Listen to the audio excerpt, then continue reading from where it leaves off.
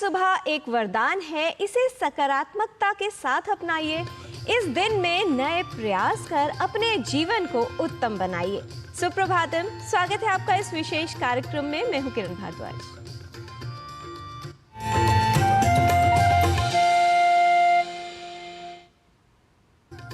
व्यक्ति के जीवन का सार उसके क्षणों से मापा जाता है।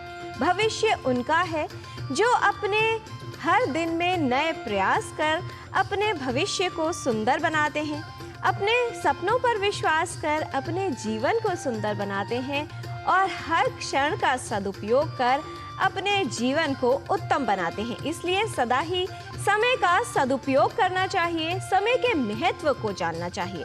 समय की पहचान के लिए आइए देख लेते हैं आज का पंचांग। पंचांग युगाब्द 5126, विक्रम संवत 2081, शक संवत 1946, उत्तरायण, शुक्ल पक्ष, एकादशी तिथि, सोमवार, पुष्य नक्षत्र। आज का दिन सभी के लिए मंगलमय हो। जीवन में हम हर कार्य शुभ मुहूर्त पर करना पसंद करते हैं, तो सुबह का समय हमारे जीवन का वही शुभ मुहूर्त है। इसलिए इस समय में सकारात्मक रहने का प्रयत्न करना चाहिए।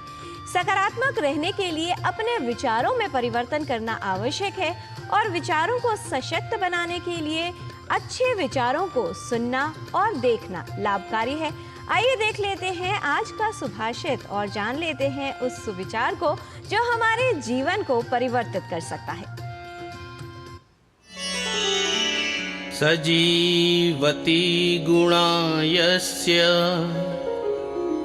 धर्मो यस्य सजीवति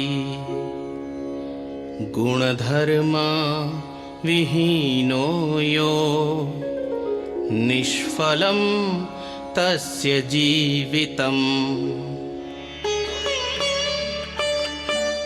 अच्छे संस्कार एवं अपने धर्म के प्रति अटूट विश्वासी जीवन को सरगर्भित बनाता है, अन्यथा जीवन व्यर्थ है। Virtues and firmness in faith make life meaningful. Those who lack these qualities are wasting the purpose of life. Jantar Mantar विश्व की धरोहर सूची में सम्मिलित है। यहाँ पर लगे हुए उपकरण अत्यंत प्राचीन होकर भी आधुनिकता का प्रमाण देते हैं। यहाँ पर ऐसे उपकरण लगाए गए थे जिनसे न सिर्फ ग्रहों की दिशा बताई जा सकती थी, बल्कि समय सारणी, समय का परिवर्तन और साथ ही ग्रहण के विषय में भी बताया जा सकता है। आइए देख लेते हैं जंतर मंतर का क्या विशेष महत्व है और हमारी भारतीय ज्ञान परंपरा को किस तरह से उजागर करता है ये।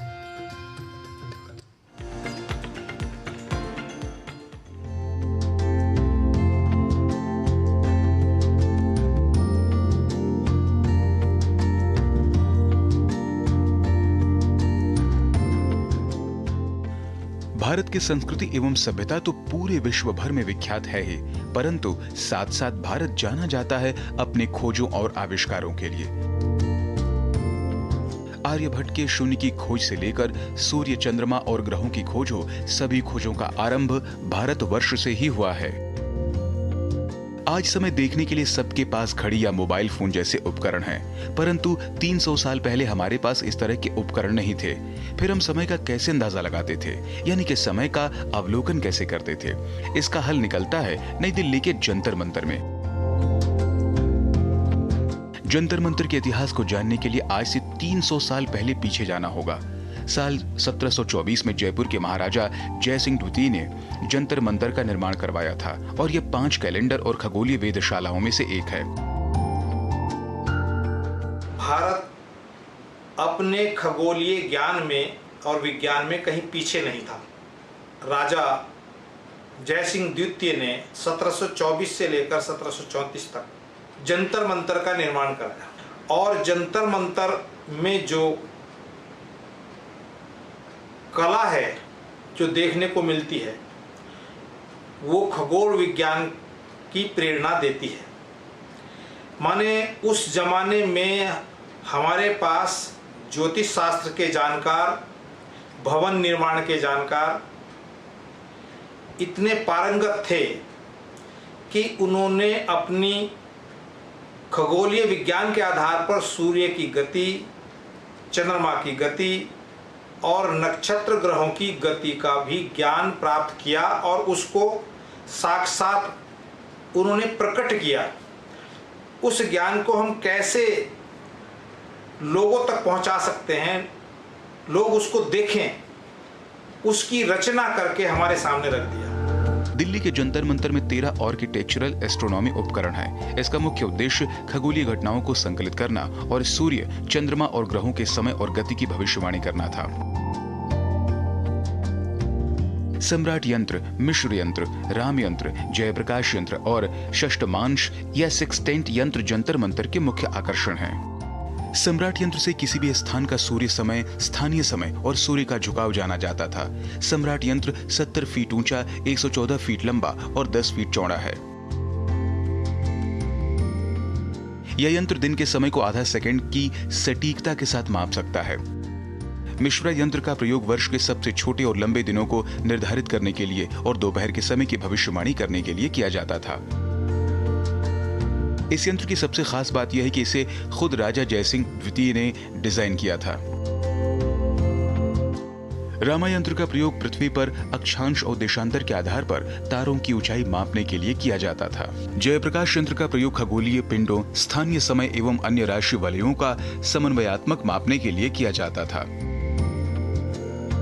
षष्ठमांश या सेक्सटेंट यंत्र का प्रयोग सूर्य के झुकाव, दूरी और व्यास मापने के लिए किया जाता था। अगर सरल भाषा में कहें तो दिल्ली के जंतर मंतर का निर्माण उस काल में टाइम और स्पेस की जानकारी लेने के लिए कराया गया था, जो कि आज भी जारी है। इस प्रकार के रेखा गणितीय हिसाब से उसका निर्माण किया गया है।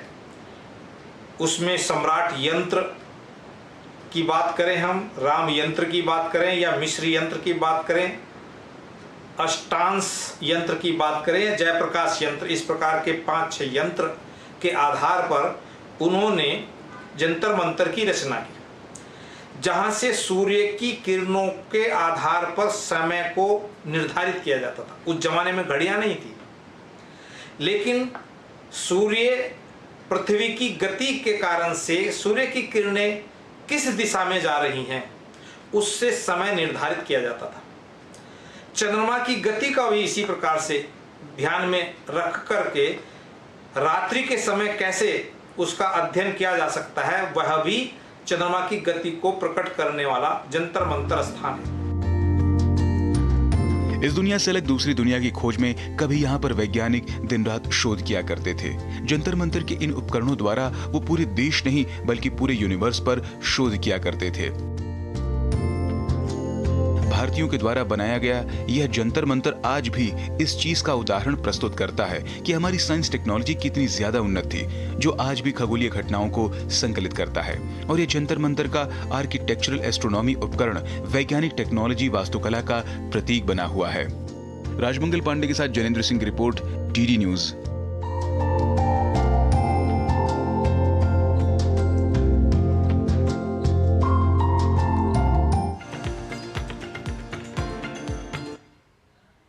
प्राचीन भारतीय ज्ञान आधुनिकता का प्रमाण है और साथ ही वैज्ञानिक भी है, और इसीलिए भारतीय ज्ञान परंपरा को अभी भी सभी लोग मानते भी हैं और उसे अपनाते भी हैं। और अब बात कर लेते हैं आपके स्वास्थ्य की।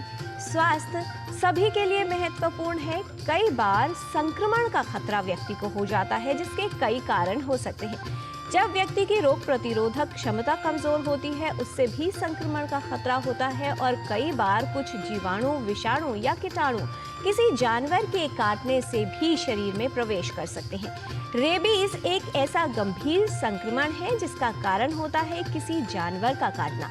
ऐसे में बहुत आवश्यक है कि ये समझा जाए कि जानवर के काटने पर हमें करना क्या है और किस तरह रेबीज के संक्रमण से बचाव किया जा सकता है।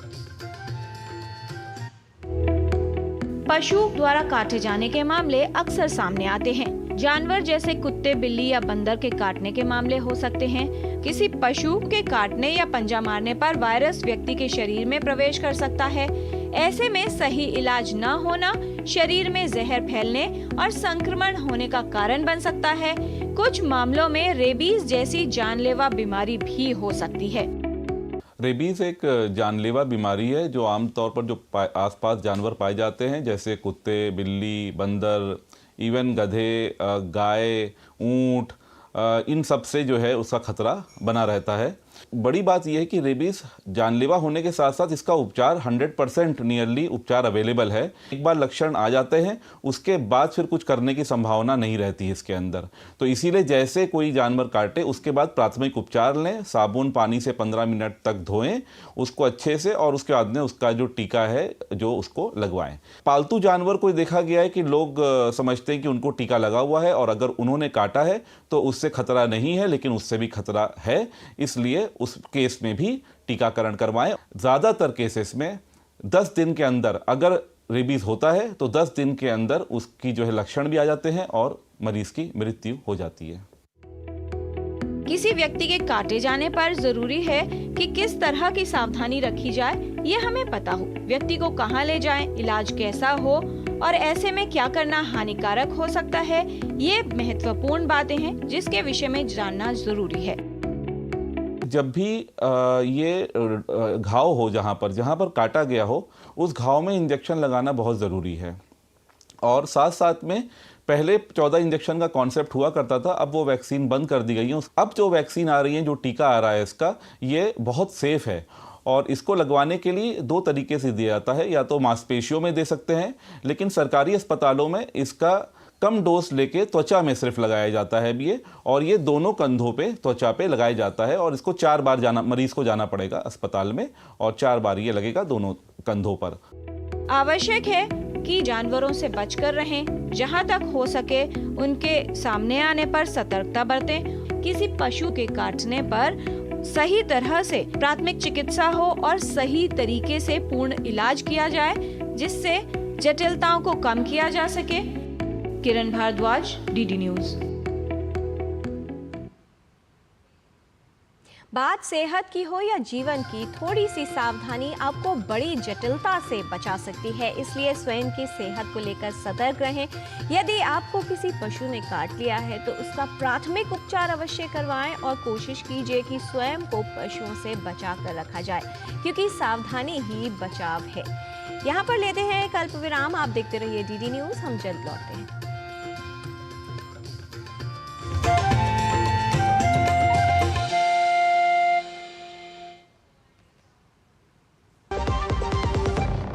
एक ऐसा तबका जो रिटायरमेंट के बारे में आज भी बिल्कुल नहीं सोचता, वो है औरतें। औरतें कमा के भी वल्नरेबल हैं। सो एनपीएस एक इक्वालिटी ला रहा है। हम सब एक बराबर प्लेटफॉर्म पे हैं। अपने बेहतर कल को सुनिश्चित करने के लिए एनपीएस जरूरी है। 3 फरवरी बेबी गर्ल, 4 फरवरी एक बेबी बॉय, 5 फरवरी 2 बेबी गर्ल। बधाई हो, ये लिस्ट तो दिन प्रतिदिन लंबी होती जा रही है। काजल, रीमा, सीमा, देवी। इस लिस्ट में भी लड़कियों के नाम बढ़ते जा रहे हैं। Yes sir. Mriti. Yes sir. Shalini. Yes sir. सब आगे आ जाए। लिस्ट तो ये भी लंबी होती जा रही है। ये लंबी लिस्ट हमसे विकसित भारत बनने का अंतर छोटा कर रही है। 21वीं सदी की नारी शक्ति विकसित भारत का बहुत बड़ा आधार है। विकास में बेटियों की भागीदारी की बधाई। 8 मार्च अंतर्राष्ट्रीय महिला दिवस की बधाई। Good girl.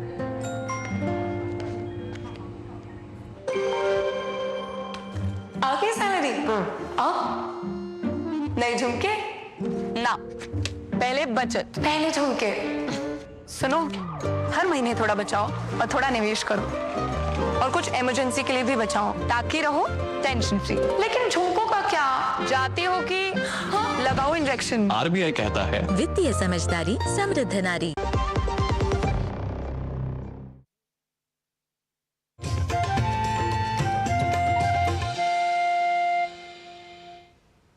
ब्रेक के बाद आपका स्वागत है। योग सभी के लिए लाभकारी है। स्वास्थ्य को उत्तम बनाने के लिए नियमित रूप से योग अभ्यास करना चाहिए। आइए देख लेते हैं कुछ ऐसे योग अभ्यास और योगिक क्रियाएं जो आपके स्वास्थ्य को ठीक रखने में और बीमारियों से बचाव करने में लाभकारी सिद्ध हो सकती है।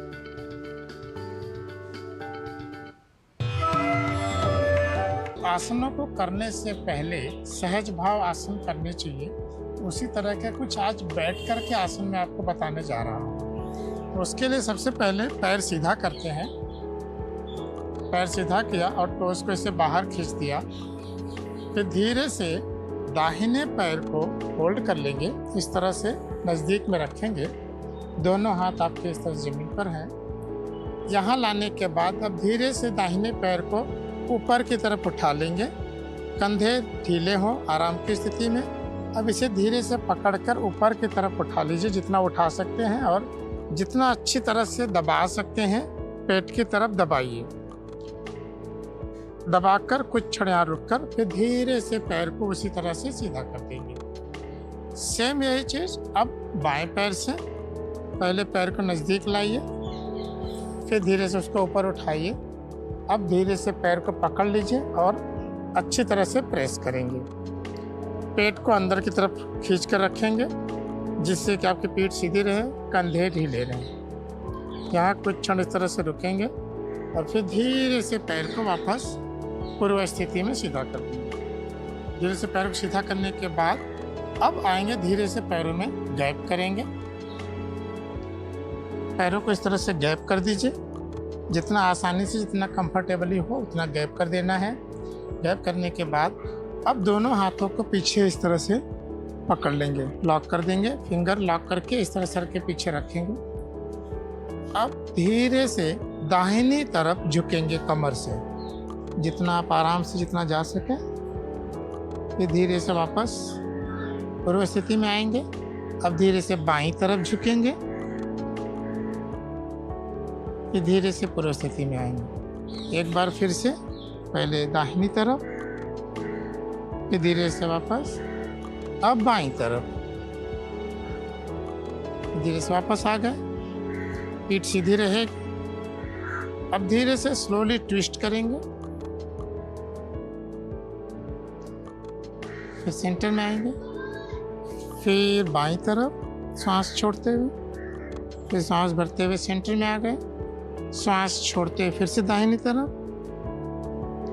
फिर श्वास भरते हुए सेंटर में, श्वास छोड़ते हुए फिर से बाईं तरफ, फिर श्वास भरते हुए सेंटर में। अब इसी तरह से धीरे से श्वास भरते हुए पीछे जाएंगे, श्वास छोड़ते वापस सेंटर में। फिर से एक श्वास भर के पीछे, श्वास छोड़ते वापस सेंटर में। तो आइए इस सहज भाव आसन के बारे में कुछ और प्रैक्टिकल टिप्स जानते हैं योग गुरु डॉक्टर हंसा जी योगेंद्र से। नमस्कार। डेस्क पर जब बैठकर हम काम करते हैं तो हमारी आंखें थोड़ी नीचे की ओर होनी चाहिए, ऊंची नहीं। इसलिए वो स्क्रीन इस तरह रखी जाए कि वो नाक के लेवल पर रहे और आप सीधा देखकर और काम करें। ये एक्टिविटी, ये मूवमेंट बहुत काम की है नेक अवेयरनेस के लिए। दिन में बहुत बार ऊपर की ओर भी देख लिया जाए, थोड़ी नेक को इधर उधर भी घुमा लिया जाए, कभी कभी उठकर जरा बारी के पास जाकर आया जाए। ये सब एक्टिविटी ज़रूरी है। बॉडी के पोस्चर को सीधा रखो। जिस जगह बैठ रहे हो वो पीठ पर भी थोड़ा इस तरह का तकिया हो कि जिससे पीठ सीधी रहे। ये सीधी पीठ फ़ायदा करेगी, नेक को स्ट्रेट नहीं पड़ेगा, शोल्डर सही रहेंगे। और वार्म्स रखा जाए। ऑफिस अगर बहुत एसी स्ट्रॉन्ग है, ठंडा है, तो आप ज़रूरी ध्यान दें कि अगर नेक पे एक मफलर भी रख दो या कुछ से कुछ स्कार्फ रखो, जिससे वो भाग वार्म रहे। वार्म्थ में स्टिफनेस नहीं आती और एक्टिविटी बहुत अच्छी तरह चलती है। तो बस यही सब छोटी छोटा ध्यान देना है। नमस्कार। जीवन में छोटे छोटे परिवर्तन करते रहना, अच्छी आदतों को अपनाना और जो कुछ गलत आदतें हैं, बुरी आदतें हैं, उनको छोड़ते जाना अति आवश्यक है। और इसके लिए अभ्यास की आवश्यकता होती है, क्योंकि अभ्यास से ही व्यक्ति को कुशलता प्राप्त होती है। हम अपनी त्रुटियों को पहचान कर उन्हें दूर कर पाते हैं। चाहे बात भाषा के सीखने की हो, अच्छी भाषा बोलने के लिए शुद्ध भाषा लिखने और बोलने के लिए उसका अभ्यास करना आवश्यक है। तो आइए चलते हैं हमारे सहयोगी नारायण दत्त मिश्र के साथ संस्कृत पाठशाला में और सीख लेते हैं कुछ महत्वपूर्ण शब्दों के शुद्ध उच्चारण, शुद्ध लेखन।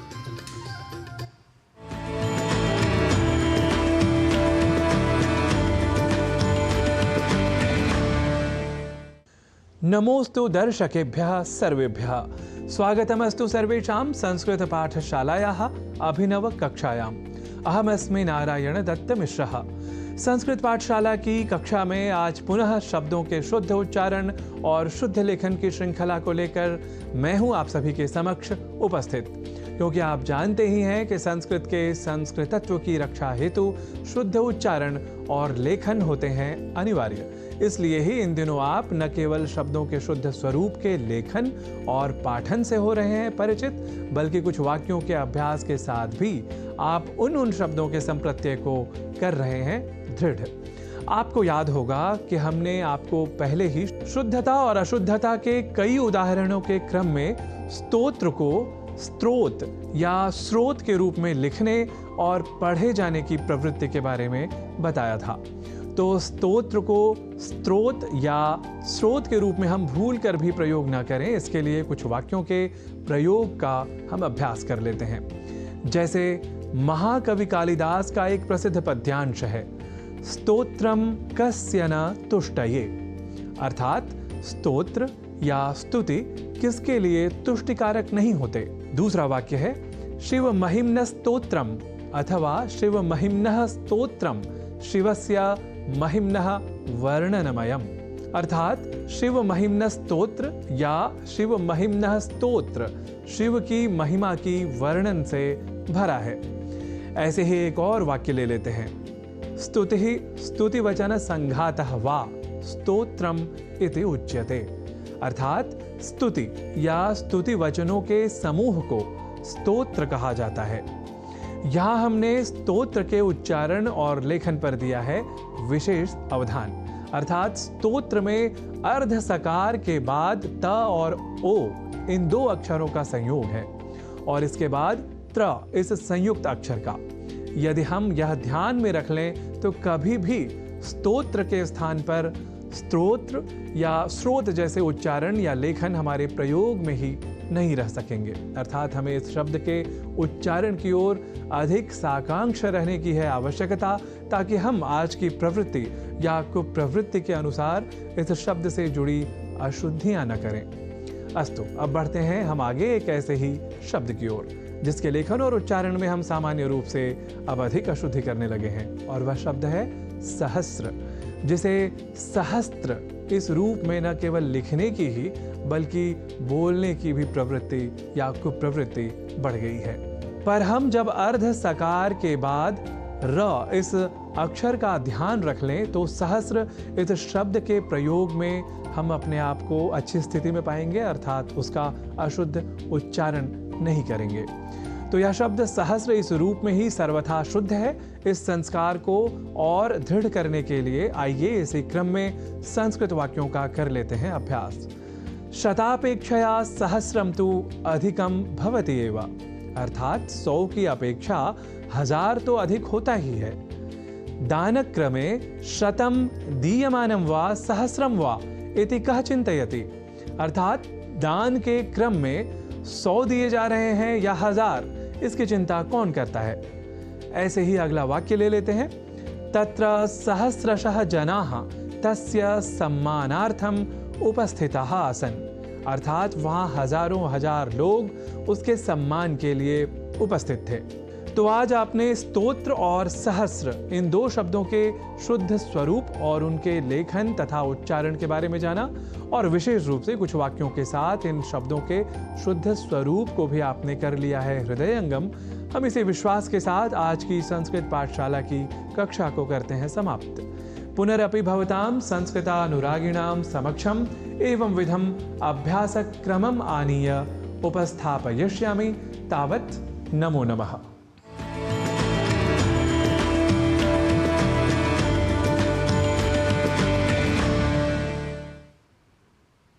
यदि भाषा में निपुण होना चाहते हैं, कुशलता चाहते हैं तो निरंतर अभ्यास कीजिए। किसी आदत को जीवन से हटाना चाहते हैं, बदलना चाहते हैं तो उसका अभ्यास कीजिए, क्योंकि उसी से ही अच्छा और बड़ा सकारात्मक परिवर्तन आप ला सकते हैं। कुछ लोग अपने जीवन में भाग्य के सहारे बैठ जाते हैं, लेकिन ऐसा करना उचित नहीं है, क्योंकि यदि आप भाग्य के सहारे बैठते हैं और ये सोचते हैं कि जितना अच्छा आपका भाग्य होगा उतना ही आपको अच्छा मिलेगा, तो आप ठीक नहीं कर रहे। क्योंकि यदि भाग्य के सहारे बैठेंगे तो आपको वो मिलेगा जो भाग्य में लिखा है, लेकिन यदि कर्म और प्रयास करेंगे तो वो सब कुछ मिलेगा जो आप प्राप्त करना चाहते हैं। साथ ही ये मत सोचिए कि जीवन में संघर्ष कभी समाप्त हो जाएंगे, क्योंकि जिंदगी में हर पल हर घड़ी संघर्ष नया रूप लेकर अर्थात रूप बदलकर आपके जीवन में आते रहेंगे। जब तक जीवन चलेगा तब तक संघर्ष चलेंगे। इसलिए अपने कर्म पर विश्वास रखो और ईश्वर पर आस्था। कितना भी कठिन हो जीवन में समय, अवश्य ही आपको मिलेगा एक नया रास्ता। इसलिए निरंतर प्रयत्न करते रहिए और अपनी किस्मत को अर्थात भाग्य को बदलने के लिए स्वयं ही कोशिश कीजिए, प्रयत्न कीजिए। जो आपके पास है उसके लिए ईश्वर का धन्यवाद कीजिए और जो आप प्राप्त करना चाहते हैं उसके लिए कठिन परिश्रम कीजिए। आपका दिन शुभ हो और आने वाला जीवन मंगलमय। इसी कामना के साथ आज के कार्यक्रम में इतना ही। हमारी पूरी टीम को दीजिए अनुमति। नमस्कार।